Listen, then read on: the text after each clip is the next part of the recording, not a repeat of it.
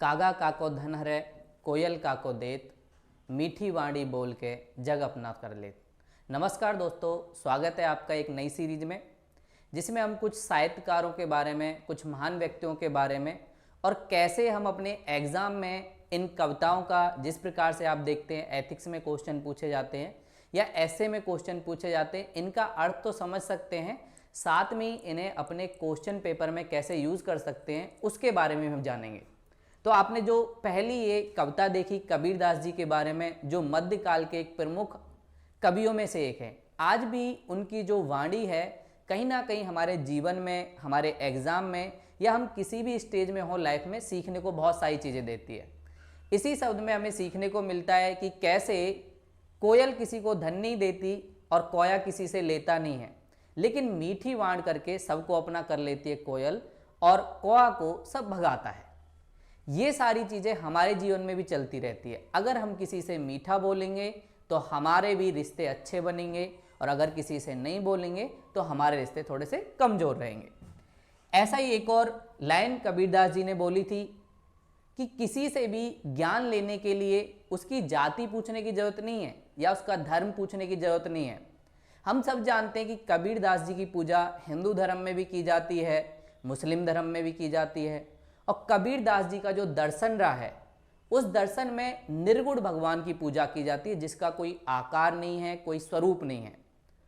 और कबीरदास जी जो रामदास जी से सीखे, उनके भी बहुत सारे फॉलोअर भी रहे कबीरदास जी के, और हमने देखा है कि उनकी बीजक में बहुत सारी पंक्तियाँ गुरुदेव के लिए होती हैं, बहुत सारी कहीं ना कहीं भगवान के लिए होती हैं। एक फेमस कविता आपने सुनी भी है कि गुरु गोविंद दो खड़े काके लागू पाए और बलिहारी गुरु आपने जिन गोविंद दिया मिलाए। मतलब ऐसी महत्ता हमारे जीवन में गुरु की होती है जो हमें रास्ता दिखाता है और ये सारी चीज़ें ही हमें उस मंजिल तक ले जाती है जहां हम अपने सपनों को पाना चाहते हैं। यही बातें कहीं ना कहीं जाति ना पूछो साधु की, पूछ लीजिए ज्ञान और मोल करो तलवार का, पड़ा रहन दो म्यान। तो हमें किसी के बारे में, उसकी जाति क्या है, उसका जेंडर क्या है, इसके बारे में ना जानकर उसके पास क्या है जिससे हम सीख ले सकते हैं, उसके बारे में जानना ज़्यादा जरूरी है। मध्यकाल के होते हुए भी कबीर आज की मानवता के लिए कहीं ना कहीं एक अवतार से कम नहीं है, जिन्होंने पूरी मानवता को जाति, धर्म इन सब से परे छोड़कर आगे बढ़ाने की बात की और बोला कि किसी भी इंसान से हमें कुछ पूछने की जरूरत नहीं है। जैसे हम तलवार का यूज करते हैं और म्यान जो उसमें रखने की जगह होती है उसका हम मोल नहीं करते, तलवार कितनी ठीक है उसका मोल करते हैं। कबीरदास जी के जीवन में भी बहुत सारे ऐसे पड़ाव आए। उनका परिवार जुलाह का काम करता था, जीवन में ऐसी कहानियां भी चली कि उनका जन्म हुआ अलग परिवार में, फिर लालन लोपन हुआ दूसरे परिवार में। उसके बावजूद भी उन्होंने किसी के भी सामने अपना समर्पण नहीं किया।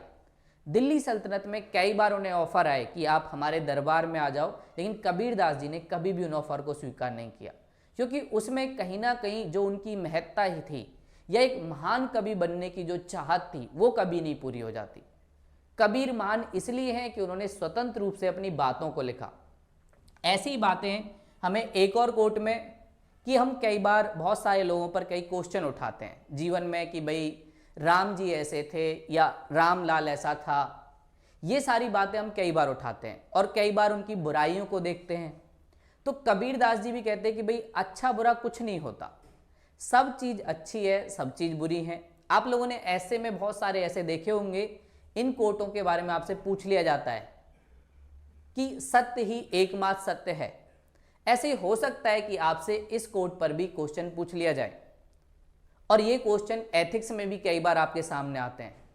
तो इसी को लेके कबीरदास जी कहते हैं, बुरा जो देखन मैं चला, बुरा ना मिला कोय, और जो मन देखा अपना तो मुझसे बुरा ना कोय। जब हम किसी में बुराई ढूंढने जाते हैं तो कई बार हम एक सबसे बड़ी गलती क्या करते हैं कि अपने अंदर नहीं झांक पाते और दूसरे के अंदर कमियां देखते रहते हैं।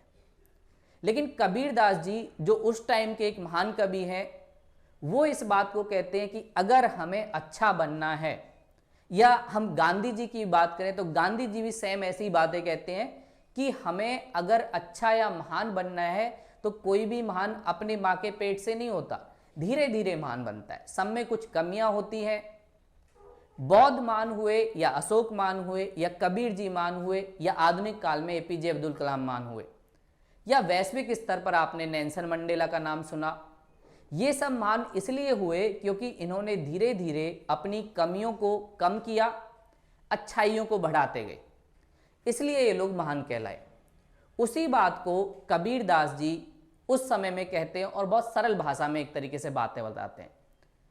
तो ये सीरीज का मेन मकसद ये है कैसे आप एग्जाम में इन कोट्स का या उन विचारों का यूज कर सकते हैं, चाहे वो आपके पर्सनैलिटी डेवलपमेंट में हो, चाहे आपके एस्से में हो या आपके एथिक्स में हो, और इवन कई बार तो आप जनरल स्टडीज में भी इनका यूज कर सकते हैं। तो इस सीरीज में हम अलग अलग साहित्यकार, अलग अलग महान व्यक्तियों के बारे में, उनकी कविताओं के माध्यम से या उनकी कोई बातें हैं जो आज भी हमें बहुत सारी चीज़ें सिखाते हैं, उनके माध्यम से जानने की कोशिश करेंगे। तो बहुत बहुत धन्यवाद आपका।